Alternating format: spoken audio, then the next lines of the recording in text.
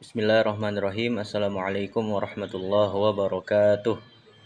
Innal hamdalillah wassalatu wassalamu ala Rasulillah wa ala alihi wa sahbihi wa man walah.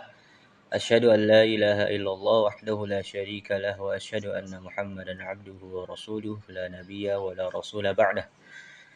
Terima kasih kami ucapkan kepada Ustadz Ulumuddin Fahri selaku dosen pengampu mata kuliah Manajemen Risiko yang telah memberikan kepada kita kesempatan untuk mempresentasikan tugas dari mata kuliah Manajemen Risiko, yang mana tugas tersebut diajukan untuk menjadi nilai UAS pada mata kuliah Manajemen Risiko. Pada kesempatan kali ini saya akan mempresentasikan tugas yang berjudul Perbandingan Risiko Asuransi Syariah dan Konvensional menggunakan analisis SWOT. Dan tentunya saya di sini tidak sendirian, akan tetapi akan ditemani oleh Aryan Kemandanu, Fatih Hanan, dan Faza Fazlur Rahman Saifani. Langsung saja kepada pendahuluan. Di era modern saat ini, risiko seperti kecelakaan, penyakit, dan kerugian harta semakin meningkat. Untuk menghadapi ketidakpastian ini, masyarakat membutuhkan perlindungan asuransi finansial, salah satunya melalui asuransi. Kemudian, di Indonesia terdapat dua jenis utama asuransi, yaitu asuransi konvensional dan asuransi syariah. Asuransi konvensional menggunakan prinsip pengalihan risiko atau transfer risk, sementara asuransi syariah berdasarkan prinsip tolong-menolong dan berbagi risiko atau sharing of risk sesuai ajaran Islam. Meskipun tujuan dari kedua asuransi tersebut sama, yaitu memberikan perlindungan finansial, keduanya juga berbeda dari sisi prinsip, sistem operasional, dan akad. Kemudian data yang kami dapatkan dari SNLK atau Survei Nasional Literasi dan Inklusi Keuangan OJK, Otoritas Jasa Keuangan bekerjasama dengan Badan Pusat Statistik atau BPS. Dari poin pertama yaitu Indeks Literasi dan Inklusi Keuangan Syariah pada 2024, OJK mendapatkan data yang mana indeks literasi keuangan syariah di Indonesia menyentuh pada angka 39,11%. Kemudian indeks inklusi keuangan syariah menyentuh pada angka 12,88%.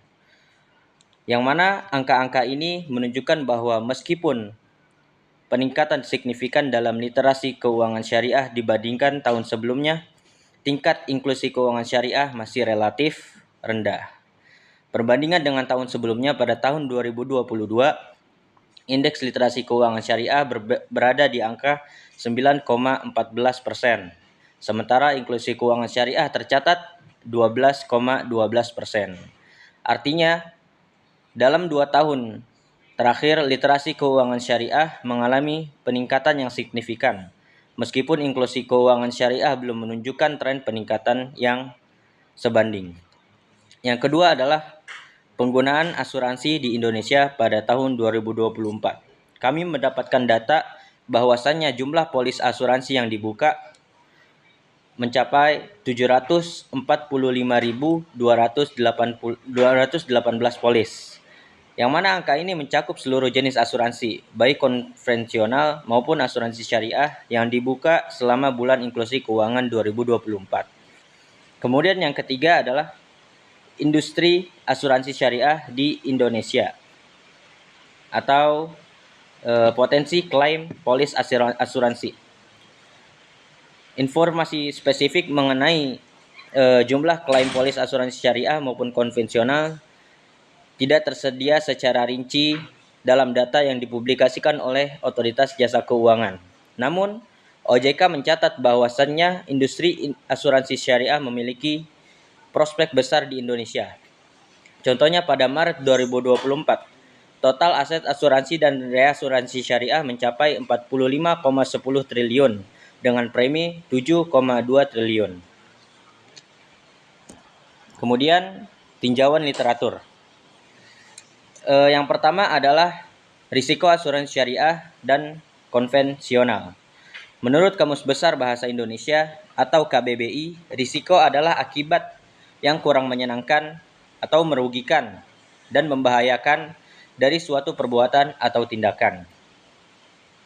Tindakan manusia dalam mengatasi berbagai kemungkinan risiko pada umumnya dibagi menjadi 5 tindakan, yaitu yang pertama menghindari risiko, yaitu berbuat sesuatu atau tidak berbuat sesuatu agar tidak mendapatkan risiko.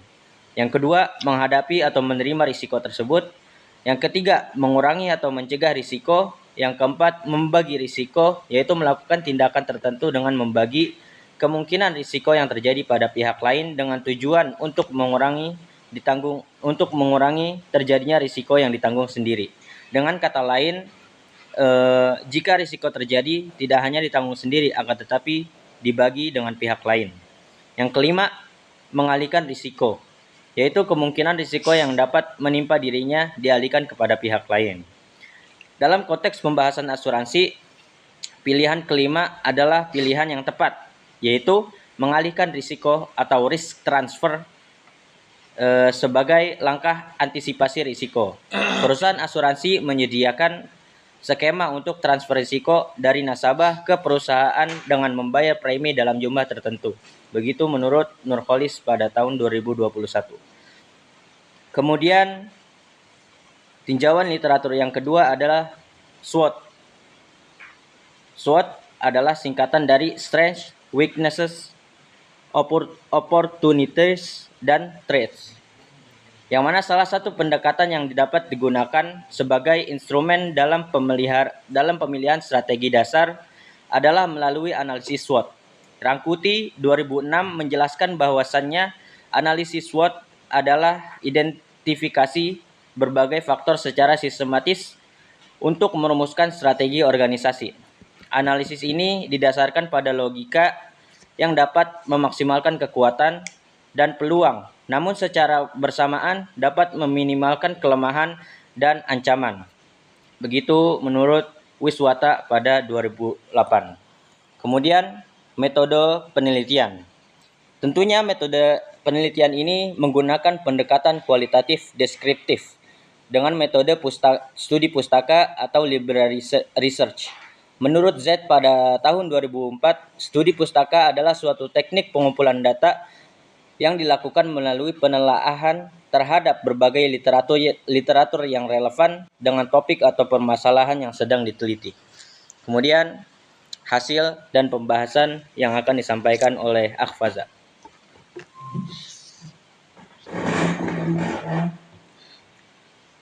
Kemudian selanjutnya ialah hasil dan pembahasan. Yang pertama ada kekuatan.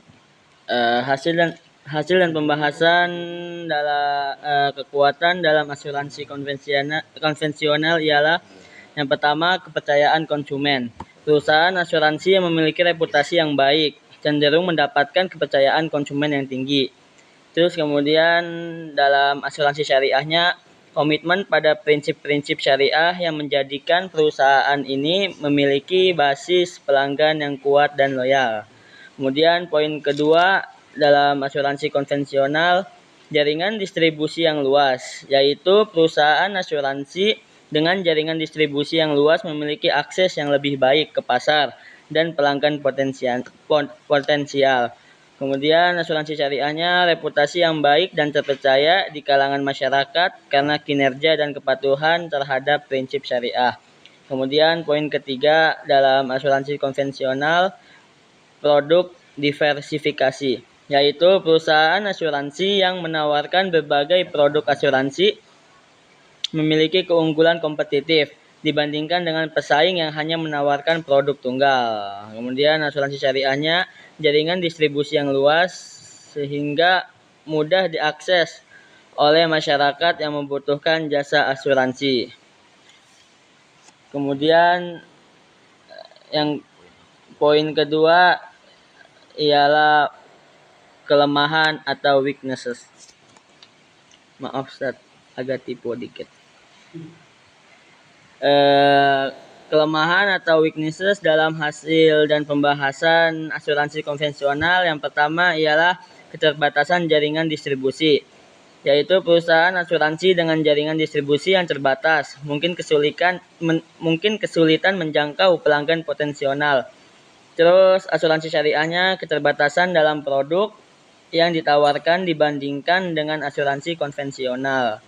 Kemudian yang kedua, asuransi konvensional kurangnya diversifikasi produk, yaitu perusahaan asuransi yang hanya menawarkan produk tunggal atau terbatas, mungkin kehilangan pangsa pasar bagi konsumen yang mencari perlindungan asuransi yang komprehensif.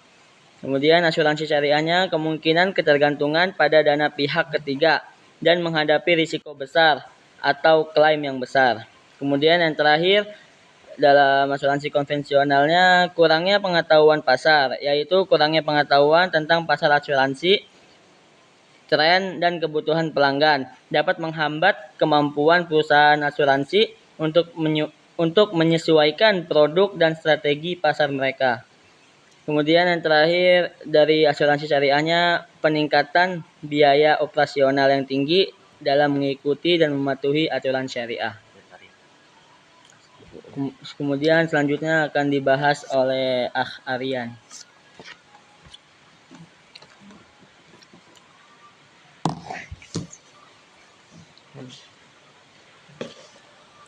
Baiklah, saya akan melanjutkan yang telah dijelaskan oleh Akhina Faza. Yang selanjutnya itu hasil dan pembahasan peluang opportunities. Pertama, pemanfaatan teknologi digital. Sebagaimana yang kita tahu, pemanfaatan teknologi digital ini sangat berperan penting di zaman modern sekarang. Digitalisasi mempermudah akses layanan asuransi secara online dan memperluas jangkauan pasar.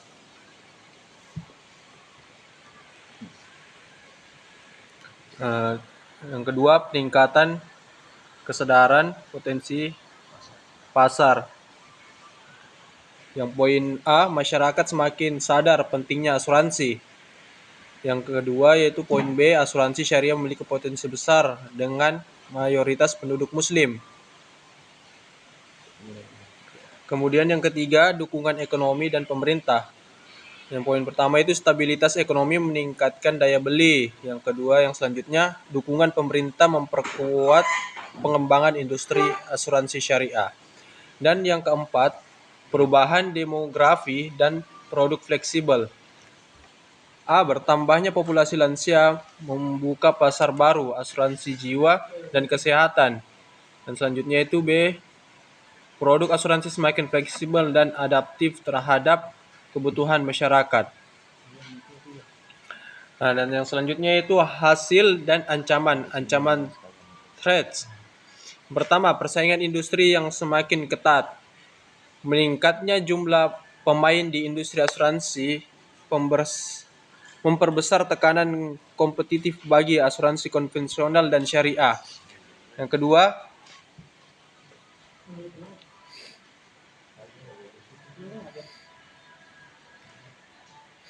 kedua yaitu perubahan regulasi dan kebijakan. Perkembangan teknologi yang cepat dapat mengubah cara konsumen membeli dan menggunakan produk asuransi serta menciptakan risiko baru yang perlu diatasi. Nah, di asuransi syariahnya regulasi dan kebijakan pemerintah yang berubah dapat mempengaruhi operasional dan pengembangan perusahaan syariah. Yang ketiga, dampak perkembangan teknologi. Nah, dampak perkembangan teknologi ini perubahan regulasi yang tidak menguntungkan dapat meningkatkan biaya operasional yang besar dan asuransi untuk berinovasi dan beradaptasi. Dan untuk asuransi syariah, perkembangan teknologi yang cepat dapat mengubah cara distribusi dan operasional perusahaan asuransi syariah. Nah, mungkin itu saja yang bisa saya sampaikan, dan selanjutnya yang akan disampaikan oleh Akhina Fatihana.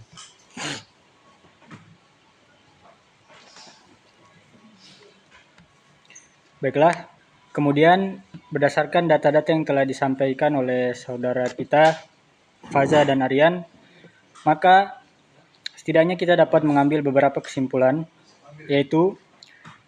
yakni asuransi syariah memiliki peluang yang lebih besar dari sudut pandang potensi peningkatan jumlah nasabah di tengah masyarakat Indonesia yang mayoritas beragama Islam, tetapi bergantung pada tingkat literasi masyarakat Indonesia yang terhadap urgensi hukum-hukum syariah terkait kegiatan ekonomi. Dalam hal ini produk-produk asuransi syariah. Sedangkan asuransi konvensional memiliki potensi pengembangan berkelanjutan yang lebih besar dibandingkan dengan asuransi syariah apabila melihat kondisi literasi ekonomi syariah masyarakat muslim di Indonesia yang masih rendah. Karena asuransi konvensional sudah memiliki nama merek yang dikenal dan lebih dahulu di tengah masyarakat Indonesia. Yang kedua, dengan perkembangan teknologi di era modern ini, kedua perusahaan asuransi dapat menjadikannya sebagai suatu sarana yang dapat membuka peluang terhadap peningkatan jumlah nasabah, pengembangan di bidang marketing, serta peningkatan sistem operasional, manajemen, dan pelayanan yang lebih optimal.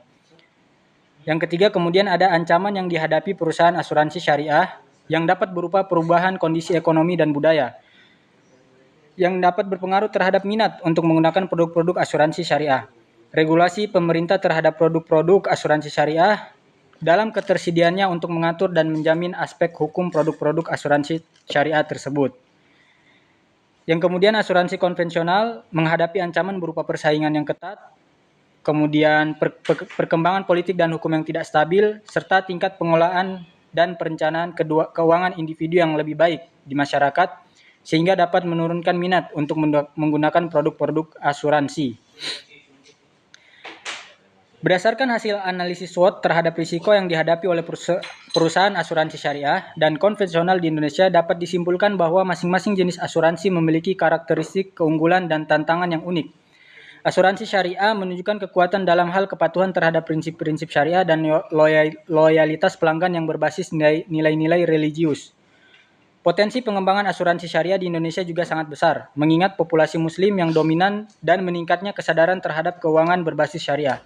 Namun demikian, tantangan ini yang dihadapi pun tidak kalah besar, seperti rendahnya literasi keuangan syariah, keterbatasan produk yang ditawarkan, serta hambatan regulasi dan kompleksitas dalam pengelolaan dana sesuai prinsip syariah. Sebaliknya, asuransi konvensional memiliki keunggulan dalam hal jaringan distribusi yang luas, produk yang beragam, serta penerimaan pasar yang lebih mapan. Merek yang telah dikenal luas dan kemudian akses menjadi daya tarik tersendiri bagi masyarakat. Namun di tengah semakin ketatnya persaingan dan perkembangan teknologi yang menuntut efisiensi, asuransi konvensional juga dihadapkan pada risiko perubahan regulasi, ketergantungan terhadap pasar investasi, serta tantangan dalam mempertahankan relevansi produk di era digital. Dengan demikian, baik asuransi syariah maupun konvensional harus mampu memanfaatkan kekuatan dan peluang yang dimiliki, sekaligus mengantisipasi kelemahan dan ancaman yang mungkin timbul. Pendekatan analisis SWOT memberikan gambaran strategis yang komprehensif untuk merumuskan arah kebijakan dan strategi bisnis yang adaptif.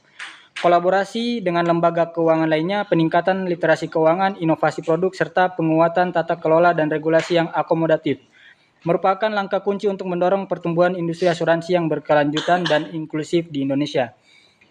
Baik, demikian pemaparan dari kelompok kami terkait perbandingan risiko asuransi syariah dan konvensional dengan menggunakan analisis SWOT. Baik data-data dan hasil yang kami paparkan merupakan referensi dan hasil dari analisis kami. Untuk itu, apabila ditemukan kekurangan, kritik dan saran kami sangat menerima. Lebih dan kurangnya mohon maaf. Wabillahi taufiq wal hidayah. Assalamualaikum. Wassalamualaikum warahmatullahi wabarakatuh.